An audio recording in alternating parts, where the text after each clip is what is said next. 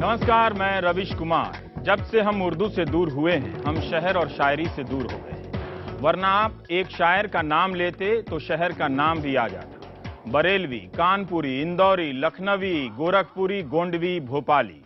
शेर से बड़ा और असरदार कोई पॉलिटिकल स्लोगन नहीं होता। जब भी शायरी सियासी होती है, शहर में शांति आ जाती है। उन जख्मों को करार आ जाता है जिसे सियासतदान देकर चला जाता है। मैं बात दिल बहलाने की नहीं कर रहा, दिमाग को समझाने की कर रहा हूं। सांप्रदायिकता एक रोग है। ये वो रोग है जो दवा को ही कहता है तू भी तो बीमार है। लेकिन शायरी ने कभी इस दवा को नहीं छोड़ा।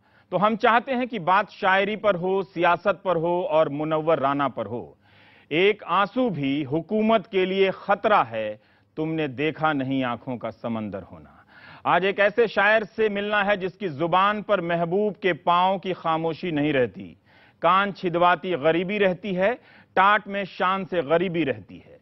मुनव्वर राना की महबूबा कोई पर्दा नशी नहीं है, बल्कि वो माँ है जो हम सब की है। मुनव्वर की माँ समाज और सियासत के बीच खड़ी वो माँ है जिसकी पैरवी के बहाने मुनव्वर राना अपनी उर्दू से सियासत को शर्मसार कर देते हैं। बस इतनी बात पर उसने हमें बलवाई लिखा है। हमारे घर के एक बर्तन पर ISI लिखा है। हम सब के घरों में बर्तन होता है जिस पर ISI लिखा होता था। इस तरह के रूपक चुने मुनव्वर राना ने ताकि सांप्रदायिकता से लड़ाई एक शायर की ना रहे, हम सब की हो जाए। मुनव्वर राना जवाब अकेले उनका जवाब नहीं है। उनकी शायरी में फैज भी हैं, रघुपति सहाय फिराक भी हैं, साहिर लुधियानवी, कैफी आजमी भी हैं, मजाज लखनवी, कतील शफाई, अहमद फराज, हबीब जालिब भी हैं। इन सभी की शायरी के सफर का एक नया पड़ाव है मुनव्वर राना।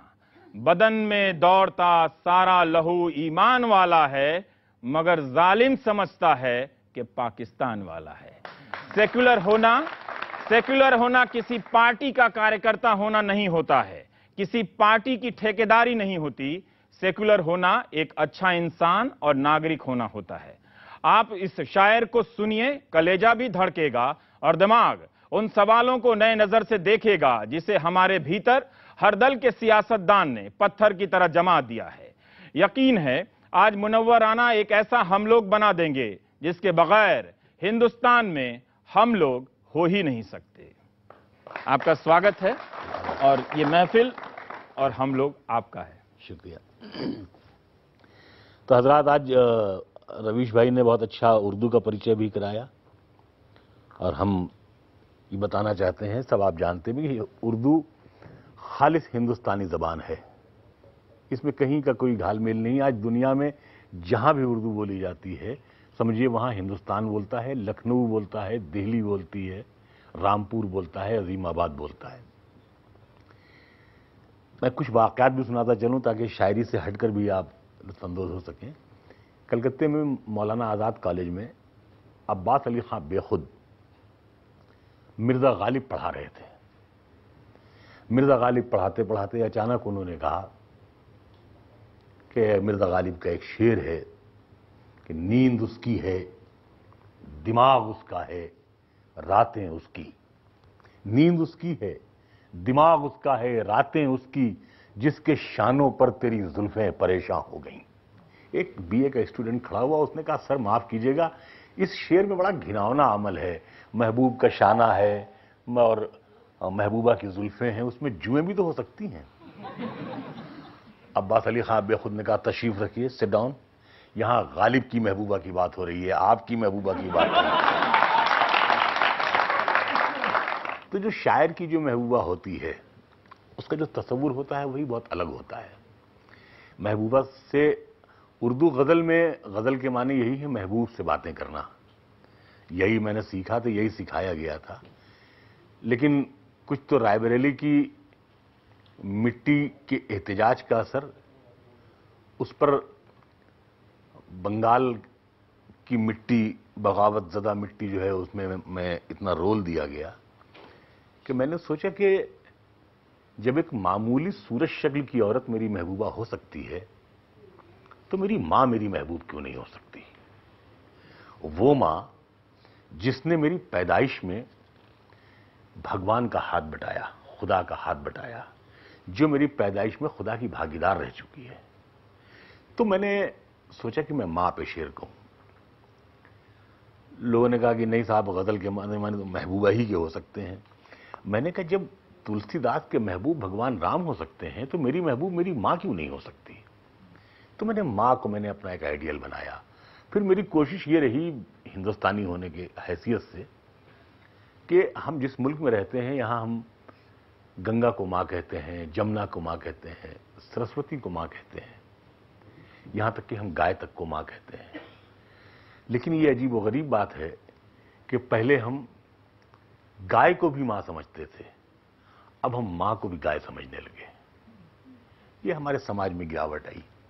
ہم نے سوچا کہ نہیں، اگر ہم اولڈ ایج ہوم کی ایک اینٹ کو بھی ہلا سکیں تو اس کا مطلب ہے ہم ماں کے دودھ کا قرضہ کر سکتے ہیں۔ تو میں نے ماں کو سمبل بنا کے مختلف شعر کہے۔ میں اس میں سے کچھ شعر سناتا ہوں، دیکھیں آپ۔ مثلا ایک شعر یہ ہے کہ اے اندھیرے دیکھ لے منہ تیرا کالا ہو گیا، اے اندھیرے دیکھ لے منہ تیرا کالا ہو گیا، ماں نے آنکھیں کھول دی گھر میں اجالا ہو گیا۔ اے اندھیرے دیکھ لے منہ تیرا کالا ہو گیا، ماں نے آنکھیں کھول دی گھر میں اجالا ہو گیا۔ کسی کو گھر ملا حصے میں یا کوئی دکان آئی، کسی کو گھر ملا حصے میں یا کوئی دکان آئی، میں گھر میں سب سے چھوٹا تھا میرے حصے میں ماں آئی۔ کسی کو گھر ملا حصے میں یا کوئی دکان آئی، میں گھر میں سب سے چھوٹا تھا میرے حصے میں ماں آئی۔ اس طرح میرے گناہوں کو وہ دھو دیتی ہے، اس طرح میرے گناہوں کو وہ دھو دیتی ہے، ماں بہت غصے میں ہوتی ہے تو رو دیتی ہے، ماں بہت غصے میں ہوتی ہے تو رو دیتی ہے۔ بلندیوں کا یہ روش جی آپ کی نظر ہے، بڑی بلندیاں ہیں ماشاءاللہ آپ کی۔ شعر دیکھیں، اس آپ کی نظر ہے کہ بلندیوں کا بڑے سے بڑا نشان چھوا، بلندیوں کا بڑے سے بڑا نشان چھوا، اٹھایا گود میں ماں نے تب آسمان چھوا۔ بلندیوں کا بڑے سے بڑا نشان چھوا۔ پچھلے دنوں میں بیمار ہوا تو ایک دن میں نے ماں سے کہا کہ اماں طبیعت ٹھیک نہیں رہتی، لگتا ہے کہ اب چل چلاؤ کا وقت آ گیا ہے۔ تو وہ ہنسنے لگی، کہنے لگی امی میں زندہ ہوں۔ جب ماں زندہ ہے تو کہاں سے بوڑھا ہو جائے گا؟ بالکل نہیں۔ تو میں نے ان دنوں ایک شعر کہا کہ اداس رہنے کو اچھا نہیں بتاتا ہے، اداس رہنے کو اچھا نہیں بتاتا ہے، کوئی بھی زہر کو میٹھا نہیں بتاتا ہے۔ اور کل اپنے آپ کو دیکھا تھا ماں کی آنکھوں میں، کل اپنے آپ کو دیکھا تھا ماں کی آنکھوں میں، یہ آئینہ ہمیں بوڑھا نہیں بتاتا ہے۔ کل اپنے آپ کو دیکھا تھا ماں کی آنکھوں میں، یہ آئینہ ہمیں بوڑھا نہیں بتاتا ہے۔ ایک شعر دیکھیں آپ، میری خواہش ہے کہ میں پھر سے فرشتہ ہو جاؤں، میری خواہش ہے کہ میں پھر سے فرشتہ ہو جاؤں، ماں سے اس طرح لپٹ جاؤں کہ بچہ ہو جاؤں۔ میری خواہش ہے کہ میں پھر سے فرشتہ ہو جاؤں، میری خواہش ہے کہ میں پھر سے فرشتہ ہو جاؤں، ماں سے اس طرح لپٹ جاؤں کہ بچہ ہو جاؤں، اور کم سے کم بچوں کے ہونٹوں کی ہنسی کی خاطر، کم سے کم بچوں کے ہونٹوں کی ہنسی کی خاطر ایسی مٹی میں ملانا کہ کھلونا ہو جاؤں۔ دیکھیے اصل میں غزل کا ایک الگ فارمیٹ ہوتا ہے۔ غزل ایک تو سب سے جو دنیا کی عجیب و غریب وِدھا اس لیے مانی جاتی ہے، اس میں 2 لائنوں میں پوری بات کہنا ہوتی ہے۔ یہ بہت مشکل کام ہے، یعنی آپ یہ سمجھیں کہ چیون پراش کو کیپسول میں بند کرنے کی طرح ہے یہ کام۔ دنیا کی کسی زبان میں اگر آپ اپنی محبوبہ سے یہ کہیں کہ آج تم مرڈرر دکھائی دے رہی ہو تو وہ آپ کو بھگا دے گی۔ آپ کہتے ہیں تم ہتھیارن دکھائی دے رہی ہو تو وہ گھر سے نکال دے گی۔ لیکن جب آپ کہتے ہیں آج تو تم قاتل دکھائی دے رہی ہو تو وہ آپ کو چائے پیش کرتی ہے۔ تو یہ اس زبان کی خوبی ہے کہ اس میں مطلب اس کو اتنا نرم کر دیتے ہیں، یہ بالکل عاشق کی زبان ہے، گڑگڑاتی ہوئی۔ مثلا آپ دیکھیں کہ لکھنؤ والوں نے اس کو اتنا سنوارا، اتنا خوبصورت بنایا، اتنا آسان بنایا کہ جیسے آپ دیکھیں گے، یعنی لکھنؤ والوں نے کبھی ککڑی کو ککڑی نہیں کہا، क्योंकि कानों को बड़ा नागवार से गुजरता है ककड़ी, तो हमेशा वो उसको कहते हैं लैला की उंगलियां मजनू की पसलियां। ये का है जो शरीफ है सीताफल, तो अगर आप सीताफल की दुकान के पास से गुजरेंगे, ठेले के पास से गुजरेंगे, तो आज भी लखनऊ में ये है, वो कभी ये नहीं किया कि साहब शरीफे खरीद लीजिए, इसलिए कि अगर आपने पूछा शरीफों के क्या दाम है तो इसका मतलब शरीफ आदमी हो गया, नोबल पर्सन। तो जैसे ही वो आपको देखेगा वो कहेगा रवीश भाई देखिए ये आपकी मोहब्बत में घुले जा रहे हैं। तो ये इस जबान की खूबी रही हमेशा से, और इस जबान की खूबी इस वजह से हुई कि इसमें यानी ये आप लोगों के लिए एक इन्फॉर्मेटिव बात है कि जो उर्दू की डिक्शनरी है उसमें उर्दू के सिर्फ 111-12 लफ्ज हैं, बाकी 70% उसमें लफ्ज जो हैं वो सिर्फ हिंदी के हैं। उर्दू का अपना कोई घर, कोई किला, कोई मकान नहीं है, उसकी सिर्फ 111-12 शब्दों की अपनी पूंजी है। मतलब एक आरजू लखनवी एक शायर हुआ करते थे, तो उनका एक शेर है, इसमें देखिए एक भी लफ्ज उर्दू का नहीं है, सिर्फ हिंदी है, लेकिन शेर उर्दू का कहलाता है। इस तरह उर्दू ने हिंदी को अपने कलेजे से लगाया, या इस तरह हिंदी के कलेजे से लग गई। आरजू लखनवी का शेर है कि उसने भीगे हुए बालों से जो झटका पानी, उसने भीगे हुए बालों से जो झटका पानी, टूट कर आई घटा झूम के बरसा पानी। इसमें एक भी शब्द किसी और जबान का नहीं, सब हिंदी के लफ्ज देखें, लेकिन शेर ही उर्दू का कहलाता है। इसीलिए मैं ये बताना चाहता हूं कि शेर जो है इसका कोई मजहब नहीं होता, कोई मुल्क नहीं होता, कोई जात नहीं होती। परवीन शाकिर एक पाकिस्तान की शायरा थी, इंतकाल हो गया, शी वॉज डिप्टी कमिश्नर, बहुत बड़ी शायरा थी। उन्होंने वहां बैठकर, जो एक कट्टरपंथी मुल्क है, शेर कहा कि उसका मतलब यह है कि कैद में गुजरेगी जो उम्र बड़े काम की थी, कैद में गुजरेगी जो उम्र बड़े काम की थी, पर मैं क्या करती कि जंजीर तेरे नाम की थी। कैद में गुजरेगी जो उम्र बड़े काम की थी, पर मैं क्या करती कि जंजीर तेरे नाम की थी। और शेर यह है कि क्यों हवा आके उड़ा देती है आंचल मेरा, क्यों हवा आके उड़ा देती है आंचल मेरा, यूं सताने की तो आदत मेरे घनश्याम की थी। मैंने अर्ज किया कि शायरी का कोई मुल्क नहीं है, कोई मजहब नहीं है। शायरी जो है ये दिलों की आवाज है, इस दिल से उस दिल में पहुंचती है। बेकल उत्साही का शेर है कि जिसकी हर शाख पर राधाएं मचलती होंगी, जिसकी हर शाख पर राधाएं मचलती होंगी, देखना कृष्ण उसी पेड़ के नीचे होंगे। हसन कमाल ने शेर कहा, अब कोई राम नहीं गम का धनुष जो तोड़े, अब कोई राम नहीं गम का धनुष जो तोड़े, जिंदगी रोती है सीता के स्वयंवर की तरह। अब कोई राम नहीं गम का धनुष जो तोड़े। देखें ये सब शेर कहने वाले मुसलमान, मैथोलॉजी। अब आप देखें, मैं दूसरे शेर आपको सुना रहा हूं। कुंवर महेंद्र सिंह बेदिसार ने एक शेर कहा कि इश्क हो जाए किसी से कोई चारा तो नहीं, इश्क हो जाए किसी से कोई चारा तो नहीं, सिर्फ मुस्लिम का मोहम्मद पे इजारा तो नहीं। इश्क हो जाए किसी से कोई चारा तो नहीं, सिर्फ मुस्लिम का मोहम्मद पे इजारा तो नहीं। रविंद्र जैन ने शेर कहा कि तुम अपने दिल में मदीने की आरजू रखना, तुम अपने दिल में मदीने की आरजू रखना, फिर उनका काम है जज्बे की आबरू रखना। तुम अपने दिल में मदीने की आरजू रखना, फिर उनका काम है जज्बे की आबरू रखना। मुस्लिम मैथोलॉजी में यह है कि दूसरे जन्म का कोई कॉन्सेप्ट नहीं है।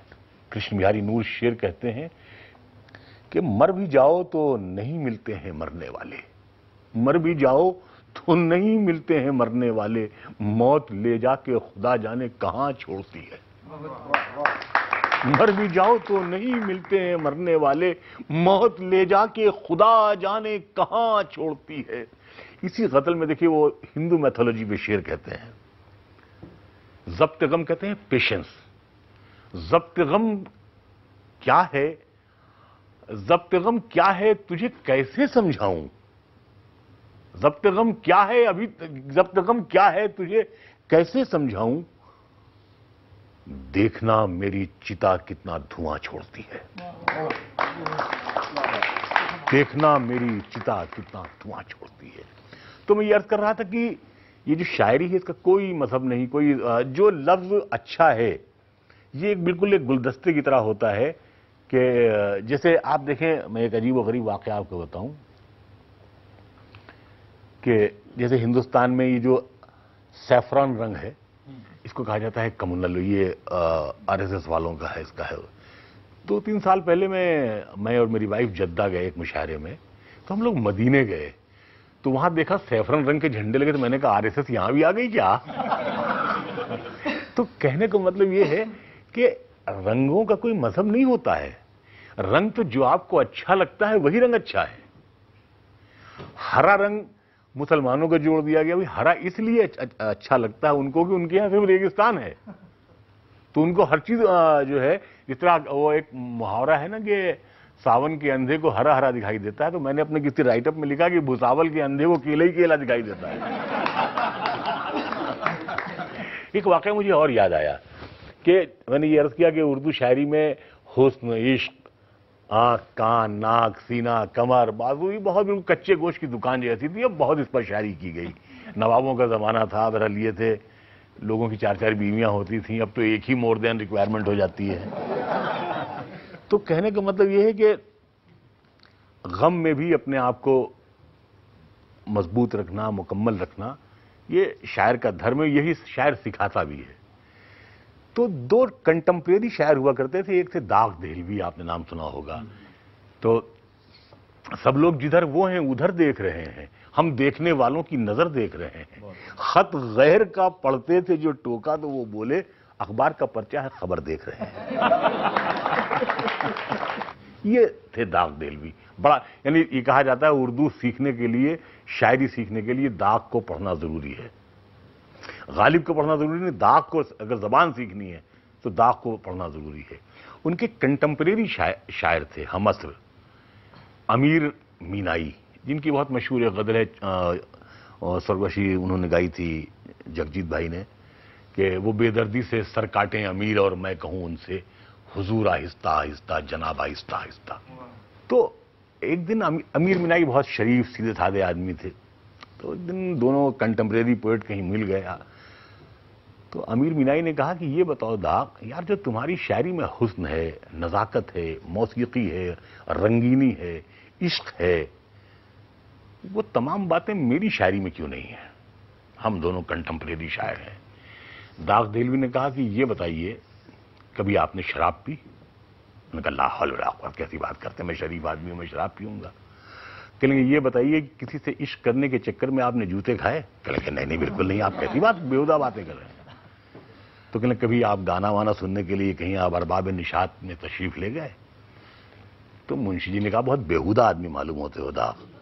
तो दाग देहलवी ने कहा कि भाई मुंशी जी बीवी को देख के गजल कहिएगा तो ऐसे ही होगी जैसी। कि मतलब कैसी नजाकतें थी उर्दू शायरी में, उसकी कुछ मिसालें मैं दूं। तो बच्चे बैठे हैं हमारे बेटों की तरह, ये सीखेंगे कि हमारे बुजुर्ग कैसे किस चाल जलम के हुआ करते रहे होंगे।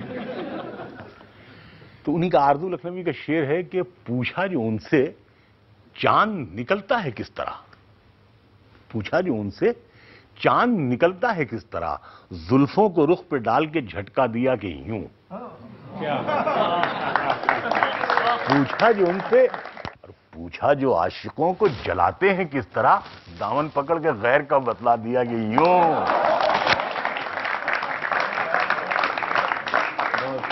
मोहब्बत जितनी पर्दादारी चाहती है, और मसलन आप देखें कि जैसे मैंने आपसे ये कहा कि कातिल हम कहते हैं या हम कुछ नहीं कहते हैं, मोहब्बत में एक ऐसा मकाम आता है कि आप कुछ नहीं कहते हैं लेकिन सब कुछ कहते हैं। एक शायर हुआ करते हैं रामपुर, जो बड़ा स्कूल है शायरी का, शौक असरी एक शायर हुआ करते हैं। उनका एक शेर है कि आईना देखना कभी जुल्फें संवारना, आईना देखना कभी जुल्फें संवारना, ये है किसी का नाम न लेकर पुकारना। किसी का शेर है कि चांद के शौक में तुम छत पे चले मत जाना, शहर में ईद की तारीख बदल जाएगी। लेकिन आप ये ना समझें, मतलब जिस वक्त انقلاب کی آہٹ جب اس شاعری میں گونجتی تھی، یہ مطلب یہ ہے کہ ایک آنسو بھی حکومت کے لیے خطرہ ہے، تم نے دیکھا نہیں آنکھوں کا سمندر ہونا. جوش ملیح آبادی، جن کو شاعر انقلاب کا خطاب حاصل تھا، وہ لکھنؤ ریڈیو پر مشاعرہ پڑھ رہے تھے. اس میں وہ نظم پڑھ رہے تھے اور انگریز حکومت ان کے گھر پہ چھاپا ڈال رہی تھی. نظم پڑھ رہے تھے کہ گرجے ہیں گیسوؤں کی گھٹاؤں کے سامنے، بچوں کو بھون ڈالا ہے ماؤں کے سامنے. گرجے ہیں گیسوؤں کی گھٹاؤں کے سامنے، بچوں کو بھون ڈالا ہے ماؤں کے سامنے. شیطان ایک رات میں انسان بن گئے، جتنے نمک حرام تھے کپتان بن گئے.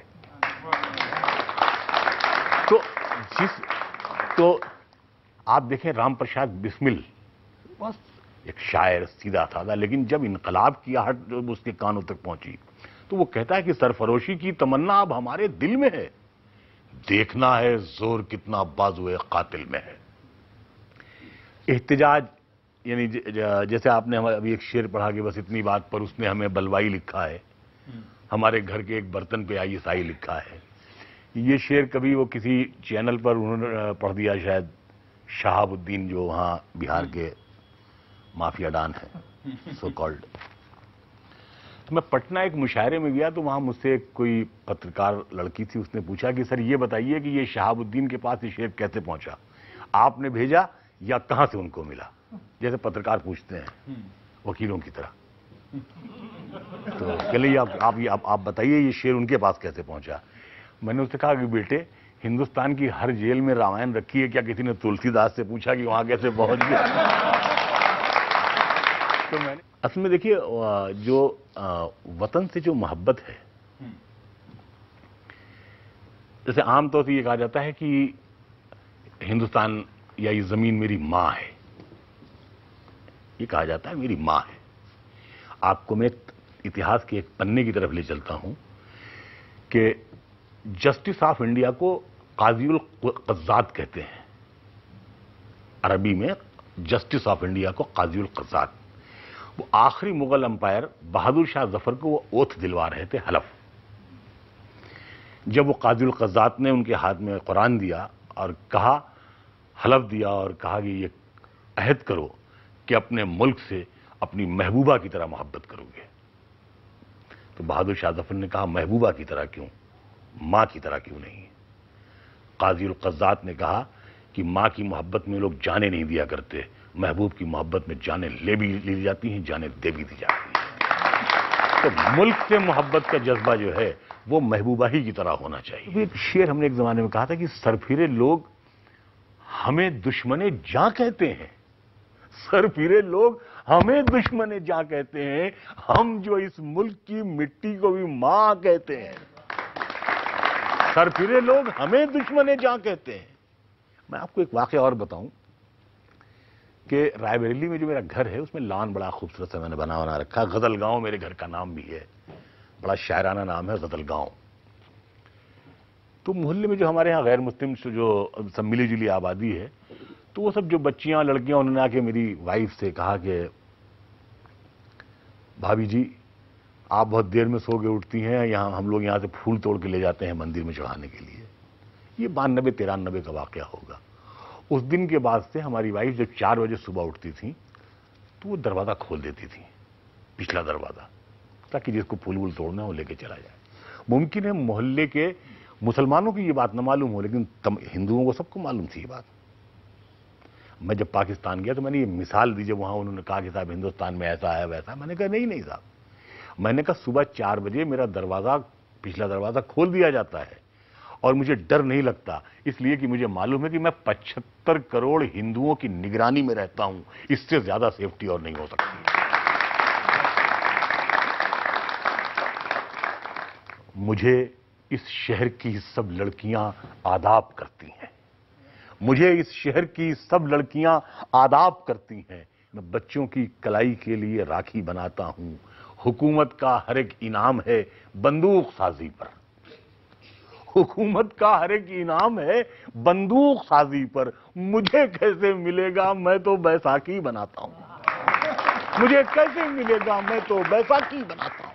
اور شعر اس میں یہ ہے کہ وزارت चंद घंटों की, महल मीनार से ऊंचा। वजारत चंद घंटों की, महल मीनार से ऊंचा। मैं औरंगजेब हूं, अपने लिए खिचड़ी बनाता हूं। वजारत चंद घंटों की, महल मीनार से ऊंचा। मैं औरंगजेब हूं, अपने लिए खिचड़ी बनाता हूं। और हुकूमत आपको मिल जाए तो गुजरात बनते हैं, हुकूमत जब मुझे मिलती है मैं दिल्ली बनाता हूं। मैं औरंगजेब हूं, अपने लिए खिचड़ी बनाता हूं। ये हमारे जो बच्चे बैठे हैं, हमारे ये बेटे और बेटियां, इनके माध्यम से हम हिंदुस्तान के तमाम बच्चों को कि हर जगह कल आपको बैठना है, चाहे ये मुनव्वर राना की जगह हो, चाहे प्रधानमंत्री की जगह हो, चाहे रवीश जी की जगह हो, सब कल आपको बैठना है बेटे। शेर ये है कि बस इतनी इल्तिजा है, तुम इसे बर्बाद मत करना। बस इतनी इल्तिजा है, तुम इसे बर्बाद मत करना। तुम्हें इस मुल्क का मालिक मैं जीते जी बनाता हूं। बस इतनी इल्तिजा है, तुम इसे बर्बाद मत करना। तुम्हें इस मुल्क का मालिक मैं जीते जी बनाता हूं। कोई एक तो, और, हाँ। चलिए बहरहाल एक मतला और एक शेर, दो तीन शेर मैं और सुना दे रहा हूं कि मोहब्बत करने वालों में ये झगड़ा डाल देती है। मोहब्बत करने वालों में ये झगड़ा डाल देती है। सियासत दोस्ती की जड़ में मट्ठा डाल देती है। और तवाइफ की तरह अपने गलत कामों के चेहरे पर, तवाइफ की तरह अपने गलत कामों के चेहरे पर हुकूमत मंदिर और मस्जिद का पर्दा डाल देती है। तवाइफ की तरह अपने गलत कामों के चेहरे पर हुकूमत मंदिर और मस्जिद का पर्दा डाल देती है। हिजरत कहते हैं माइग्रेशन को। कहां की हिजरतें, कैसा सफर, कैसा जुदा होना। कहां की हिजरतें, कैसा सफर, कैसा जुदा होना। किसी की चाह पैरों पर दुपट्टा डाल देती है। और ये चिड़िया भी मेरी बेटी से कितनी मिलती जुलती है। ये चिड़िया भी मेरी बेटी से कितनी मिलती जुलती है। कहीं भी शाख गुल देखे तो झूला डाल देती। ये चिड़िया भी मेरी बेटी से कितनी मिलती जुलती है। कहीं भी शाख गुल देखे तो झूला डाल देती है। और भटकती है हवस दिन रात सोने की दुकानों में। भटकती है हवस दिन रात सोने की दुकानों में। गरीबी कान छिदवाती है, तिनका डाल देती है। गरीबी कान छिदवाती है, तिनका डाल देती है। मोहब्बत करने वालों में ये झगड़ा डाल देती है। सियासत दोस्ती की जड़ में मट्टा डाल देती है। वक्त शुक्रिया। वक्त कम पड़ जाता है ऐसे अच्छे शायर और मौकों पर, पैदा भी हो, लेकिन मुल्क के बादशाह होते हैं।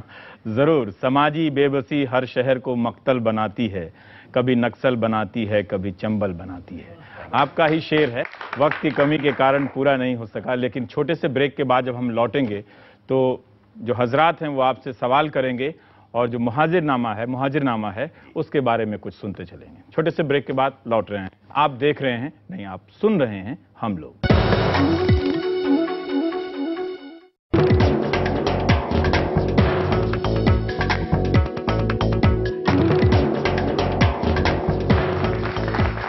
शायरी, सियासत और मुनव्वर राना, इनकी शायरी के जरिए हिंदुस्तान में उर्दू और गज़ल की यात्रा, सियासत और जो सांप्रदायिकता है उसके टकराव की कहानी हम सुनते रहे। जो इन्होंने बताया बहुत कुछ छूट भी गया होगा, बहुत शायर रह भी गए होंगे, लेकिन जो आपने बताया वो काफ़ी मुकम्मल तरीके से तस्वीर कम से कम एक बनती नज़र आती है लोगों के सामने।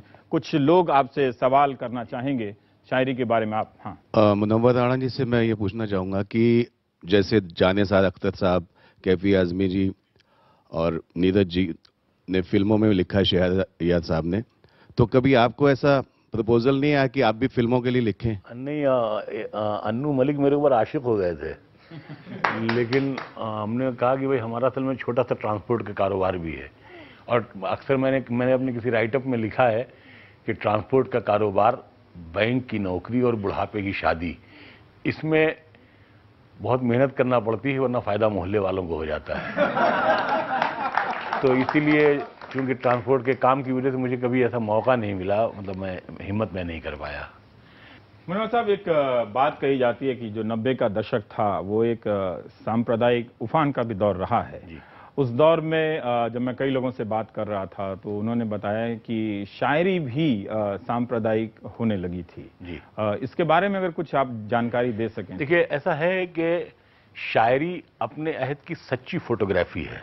دیکھیے بات یہی ہوتی ہے کہ اس کو کس سلیقے سے آپ کہہ رہے ہیں. اگر سلیقے سے اگر آپ کوئی بات کہتے ہیں تو وہ عیب نہیں ہے کسی بھی چیز پر انگلی اٹھانا، لیکن اس میں یہ ہے کہ شوبدے بازی، پھوہڑ پن، خراب لفظوں کا استعمال، اس کی وجہ سے وہ اس پر سامپردائکتا کا الزام آیا. مثلا جیسے ہم نے ان دنوں غزل کہی تھی، اس میں میرا مطلب یہ تھا، تو شعر یہ ہے کہ ہاں اجازت ہے اگر کوئی کہانی اور ہے، ان کٹوروں میں ابھی تھوڑا سا پانی اور ہے. شعر یہ ہے کہ مذہبی مزدور سب بیٹھے ہیں، ان کو کام دو. مذہبی مزدور سب بیٹھے ہیں، ان کو کام دو. ایک عمارت شہر میں کافی پرانی اور ہے. تو اگر اس طرح آپ شعر کہتے ہیں تو ظاہر کی بات ہے، لیکن اگر اس کا مشاعروں پر کیا اثر پڑا؟ دیکھیے اصل میں مشاعرے میں آج بھی اگر 25 سے 40% اگر سامعین آڈینس اگر غیر مسلم نہیں ہے تو پھر وہ مشاعرہ نہیں ہے. وہ کوئی نعتیہ پروگرام ہو سکتا ہے، کوئی بھی مسلمانوں کا کوئی پروگرام ہو سکتا ہے. کل بھی اور آج بھی بغیر ہندوستان کے دوسرے قوموں کے لوگوں کے جڑے ہوئے مشاعرہ ہو ہی نہیں سکتا ہے. یعنی یہی نہیں کہ آپ جیسے کہ ٹل دس ڈیٹ مشاعرہ ایک ایسی چیز تھی کہ جس دن یہ کہا جاتا ہے کہ شہر میں چھوٹے شہروں میں جب مشاعرہ ہوتا تھا تو اس دن مائیں خوش ہوتی تھیں کہ آج ہمیں اپنے بچوں کو بستے کے بغیر علم سیکھنے کے لیے بھیجنا ہے. تو مشاعرہ اتنی بڑی تہذیب کی علامت تھا. لیکن یہ ہوا کہ جب اس قسم کی جب واردات ہونے لگیں تو لوگوں نے جانا چھوڑ دیا. اس میں نتیجہ یہ ہوا کہ جو اچھی آڈینس تھی، چاہے وہ مسلم ہو چاہے غیر مسلم ہو، اس نے جانا چھوڑ دیا. اس نے کہا نہیں نانسنس، بہت بیوقوفی کی باتیں کرتے ہیں، اچھے شعر نہیں سناتے ہیں. تو میں یہ عرض کر رہا تھا کہ اصل میں یہ جو ہمارے یہاں جو سطح کی تقسیم ہوئی، بٹوارا ہوا، یہ خراب ہو گیا. جنہیں سنسد میں ہونا چاہیے تھا وہ رکشہ چلا رہے ہیں، اور جو رکشہ چلا رہے ہیں انہیں سنسد میں ہونا چاہیے تھا. تو ساہت میں بھی ایسا ہی ہو گیا کہ جو اصلی لوگ ہیں وہ کم ہو گئے. مثلا لافٹر شوز میں جو لوگ آ گئے ان کو پیسہ اتنا ملتا ہے کہ ہمارا جو ہندی کا جو بڑا کوی ہے مثلا گوپال داس نیرج جو سشکت ہستاکشر ہیں، ان کے 25% بھی ان کا پارشرمک نہیں ہوگا جتنا یہ لافٹر چینل کے کویوں کو ہوتا ہے. یہاں بیٹھے لوگ شاعری میں کافی دلچسپی لے رہے ہیں، میں دیکھ رہی ہوں. جی. اور پھر بھی پبلشر لوگ کہتے ہیں کہ آج کل پبلک میں کویتاؤں میں دلچسپی کم ہو گئی ہے. جی. اس بارے میں آپ کچھ اپنے وچار یا انوبھو دینا چاہیں گے؟ ہاں بہن، آپ نے سوال بہت اچھا کیا. میرا پبلشر بھی ناراض ہو جائے گا. ابھی میری پبلشر کی پرابلم یہی ہے کہ ہندوستان میں 90% پبلشر جو ہیں وہ بے ایمان ہیں، نمبر 1. اس کی دوسری ایک وجہ یہ ہے کہ ان کی ایک کتاب بکتی ہے، 4 ایسی کتابیں ہیں جو نہیں بکتی ہیں، وہ ان کا خرچ بھی ان سے پورا کرتے ہیں. تو یہ وجہ ہے. اور اس پر بات آپ نے سوال بہت جولنت قسم کا سوال ہے. سوال آپ سے کرنا چاہوں گا کہ آپ دل سے شاعری کب کرنا پسند کرتے ہیں؟ سیاست کے ٹاپک پہ یا کوئی سروکار کا ٹاپک ہو، آپ دل سے کیسا زیادہ سب سے اچھا دل جب آپ کا مچلتا ہے شاعری کے لیے؟ دیکھیے جہاں ہم جانا ہی نہ چاہتے ہیں اس پر ہم دل سے کیسے شاعری کریں گے؟ سیاست میں میری کوئی دلچسپی نہیں ہے.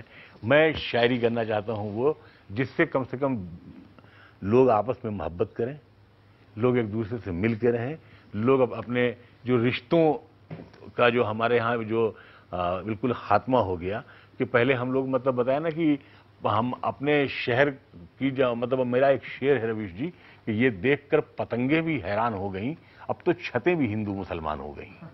تو ہمارے بچپن میں ہمارے گھر میں ہمارے محلے میں ہندو مسلمان کی چھتیں تھیں نہیں، یا میری موسی کی چھت ہوتی تھی یا میری بوا کی چھت ہوتی تھی، اور ہم اس پر دندناتے پھرتے تھے. ہم سب کو اپنی موسی اور بوا کے نام سے پہچانتے کا تھے. ذکر کب آنا شروع ہوا، آپ نے لکھنا شروع کیا؟ جیسے مدد بھی شہر کے جلنے کے بعد آتی ہے، اس طرح سے یہ خاص طور اس طرح سے کچھ سنا دیں اور پھر آپ مہاجر نامہ کا کچھ ایک قصہ سنا دیں. ہاں اس طرح کے جو شعر، ظاہر سی بات ہے کہ ہم نے بتایا کہ شاعری چونکہ اپنے عہد کی فوٹوگرافی ہے تو اس پر شعر کہنا مجبوری ہے. جیسے آپ دیکھیں کہ سپوز گجرات کا حادثہ لیں، اگر ہم اس پر نہیں لکھتے ہیں تو اس کا مطلب ہے کہ ہم کو قلم جو ہے وہ نعرہ ڈالنے کے لیے استعمال کرنا چاہیے، لکھنے کے لیے استعمال نہیں کرنا چاہیے. میں نے ان دنوں ایک غزل کہی تھی، میں آپ کو سناتا ہوں.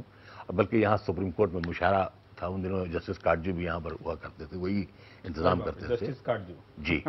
تو میں نے وہ غزل میں نے پڑھی تھی، میں نے یہ کہہ کر پڑھی تھی کہ یہ غزل ایک ایسی غزل ہے کہ میں ایک ملزم ہوں जिसके पास वकील करने के लिए पैसे नहीं है।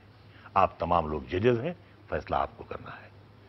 वो गजल उसमें पूरी मतलब हाँ जो आप अंदाजा लगा लेते हैं उसका मतलब ये है कि मैं दहशतगर्द था, मरने पे बेटा बोल सकता है। मैं दहशतगर्द था, मरने पे बेटा बोल सकता है, हुकूमत के इशारे पर तो मुर्दा बोल सकता है। मैं दहशतगर्द था, मरने पे बेटा बोल सकता है, हुकूमत के इशारे पर तो मुर्दा बोल सकता है। और यहां पर नफरतों ने कैसे कैसे गुल खिलाए हैं, यहां पर नफरतों ने कैसे कैसे गुल खिलाए हैं। लुटी इस्मत बता देगी, दुपट्टा बोल सकता है। यहां पर नफरतों ने कैसे कैसे गुल खिलाए हैं, लुटी इस्मत बता देगी, दुपट्टा बोल सकता है। और हुकूमत की तवज्जो चाहती है ये जली बस्ती, हुकूमत की तवज्जो चाहती है ये जली बस्ती, अदालत पूछना चाहे तो मलबा बोल सकता है। हुकूमत की तवज्जो चाहती है ये जली बस्ती। आपको जान के खुशी होगी और मुझे तो बहुत हुई ये सुन के कि उर्दू ज़ुबान की जो डिक्शनरी है उसमें 1100 लफ्ज़ होंगे जिसे हम खालिस उर्दू कह सकते हैं और बाकी हिंदी से हैं। लेकिन फेसबुक पर छोटी उम्र के शायर अंग्रेज़ी की लिपि में और देवनागरी में उर्दू की शायरी लिखने की कोशिश कर रहे हैं। क्या अरबी लिपि की कुर्बानी आपको नजर आती है? देखिए, उर्दू का अरबी से कोई ताल्लुक नहीं है। मैंने आपसे ये अर्ज किया कि उर्दू खालिद हिंदुस्तानी जबान है। फारसी और अरबी के लफ्ज भी उसमें वैसे ही रखे गए जैसे अस्पताल रख लिया गया अंग्रेजी का लफ्ज, गिलास रख लिया गया अंग्रेजी का लफ्ज, लालटेन रख लिया गया अंग्रेजी का लफ्ज, हुन एक लफ्ज है, हुन एक लफ्ज है, ये उसका तेलुगु का लफ्ज है जिसके मतलब होते हैं सोने के पत्थर। तो मुझे एक हुन लफ्ज देखने का बड़ा मुझे मेरी सबसे पसंदीदा किताब जो है वो डिक्शनरी है। तो मैंने देखा हुन, तो उर्दू डिक्शनरी की खूबी ये है कि उसमें रेफरेंस में शेर होते हैं। तो मैंने देखा ये हुन किस जबान का लफ्ज है, तो उसमें आया कि तेलुगु का लफ्ज है। तो एक रवायत है कि वहां पर कहत पड़ा था, सूखा पड़ा था, तो भगवान ने ऊपर से इतने बड़े सोने के पत्थर बरसाए थे, तो उसको हुन कहते हैं। तो रेफरेंस में एक शेर लिखा था कि गर्दने शीशा झुका दे मेरे पैमाने में, गर्दने शीशा झुका दे मेरे पैमाने में, हुन बरसता रहे साकी तेरे मैखाने में। आज आप देखेंगे फारसी और अरबी के मिश्रण के बगैर हम शेर कहते हैं, लेकिन यह है कि एक ईमानदारी यही है कि जो अच्छा लफ्ज है उसको इस्तेमाल करना चाहिए। आज हमारा जो नया जर्नलिज्म है, यानी ये जो रवीश जी वगैरह जो खड़े हैं, जो ये पूरी नस्ल है, पहले ये था ये वही लफ्ज बोलते हैं जो आसान, जो आप तक पहुंच सके। आप अपने महबूब से उसी जबान में गुफ्तगू करते हैं जो जबान उसको आती हो। तो टीवी की जबान ऐसी होगी जैसे पुआल में आग लगी हो। नहीं, टीवी की जबान वही है जो महबूब की जबान है। हाँ, आप बहुत आसान जबान बोलते हैं कि मतलब हम तक कन्वे होती है, कहना चाहते हैं वो हम महसूस कर लेते हैं। और शेर ये है कि कई चेहरे अभी तक मुंह जबानी याद हैं इसको। सुनिएगा रवि जी शेर, कई चेहरे अभी तक मुंह जबानी याद हैं इसको, कहीं तुम पूछ मत लेना ये गूंगा बोल सकता है। कई चेहरे अभी तक मुंह जबानी याद हैं इसको, कहीं तुम पूछ मत लेना ये गूंगा बोल सकता है। और शेर ये है कि अदालत में गवाही के लिए लाशें नहीं आती, अदालत में गवाही के लिए लाशें नहीं आती, वो आंखें बुझ चुकी हैं फिर भी चश्मा बोल सकता है। वो आंखें बुझ चुकी हैं फिर भी चश्मा बोल सकता है। और शेर आखिर ये है कि बहुत सी कुर्सियां इस मुल्क में लाशों पे रखी हैं, बहुत सी कुर्सियां इस मुल्क में लाशों पे रखी हैं, ये वो सच है जिसे झूठे से झूठा बोल सकता है।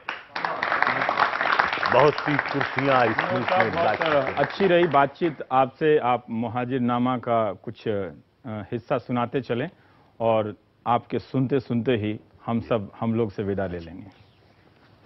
तो मुहाजिरनामा एक मेरी किताब है गजलों की। तो उसकी تخلیق یا کریشن کا سبب یہ ہے کہ ایک بار ہم لوگ 2008 میں ہندوستان کے سب شاعر پاکستان گئے تھے مشاعرے میں، کافی لوگ تھے یہاں سے، تو وسیم بھائی تھے اس میں، انور جلال پوری تھے، اشوک چکردھر تھے، دکشت دنکوری تھے، بہت لوگ تھے، نمبر آف پوئٹ۔ حضرات ہوتا یہ ہے کہ جو یہ مائگریشن ہے، جب ایک لڑکی دہلیز بدلتی ہے تو وہ بھی سمجھیے اس کا ایک مائگریشن ہوتا ہے، ایک گھونسلہ بدلا جاتا ہے، وہ بھی آپ جہاں سے اپنے گاؤں سے ٹوٹ کر یہاں آ گئے تو یہ ایک مائگریشن ہے۔ تو میں نے اس پر شعر کہے، بہرحال اس کو یوں شروع ہوتی ہے نظم کہ مہاجر ہیں مگر ہمیں دنیا چھوڑ آئے ہیں، مہاجر ہیں مگر ہم ایک دنیا چھوڑ آئے ہیں، تمہارے پاس جتنا ہے ہم اتنا چھوڑ آئے ہیں۔ کئی آنکھیں ابھی تک یہ شکایت کرتی رہتی ہیں، کئی آنکھیں ابھی تک یہ شکایت کرتی رہتی ہیں کہ ہم بہتے ہوئے کاجل کا دریا چھوڑ آئے ہیں، کہ ہم بہتے ہوئے کاجل کا دریا چھوڑ آئے ہیں۔ اور شعر یہ ہے کہ بھتیجی اب سلیقے سے دوپٹہ اوڑھتی ہوگی، سنیے گا صاحب، بھتیجی اب سلیقے سے دوپٹہ اوڑھتی ہوگی، وہی جھولے میں ہم جس کو ہمکتا چھوڑ آئے ہیں۔ بھتیجی اب سلیقے سے دوپٹہ اوڑھتی ہوگی، وہی جھولے میں ہم جس کو ہمکتا چھوڑ آئے ہیں۔ یہ خود غرضی کا جذبہ آج تک ہم کو رلاتا ہے کہ ہم بیٹے تو لے آئے بھتیجا چھوڑ آئے ہیں۔ یہ خود غرضی کا جذبہ آج تک ہم کو رلاتا ہے کہ ہم بیٹے تو لے آئے بھتیجا چھوڑ آئے ہیں۔ اور اہلیہ کہتے ہیں دھن پتنی کو کہ ہم بیٹے تو لے آئے بھتیجا چھوڑ آئے ہیں، اور ہماری اہلیہ تو آ گئیں، ماں چھٹ گئی آخر کہ ہم پیتل اٹھا لائے ہیں سونا چھوڑ آئے ہیں۔ بہت خوبصورت، بہت ہی بڑھیا رہا آپ کے ساتھ۔ امید کرتے ہیں کہ درشکوں کو بھی پسند آئے گا، اور آپ کی شاعری جو آپ نے سنائی اور تمام شاعروں کو آپ نے شامل کیا، یہ بھی بہت اچھا رہا۔ لوگ سمجھیں گے کہ ہماری وراثت کیسے اور کن مشکلوں سے اور کن بے باکی سے بنی ہے، جس کو ہمیں سنبھال کر رکھنا ہے۔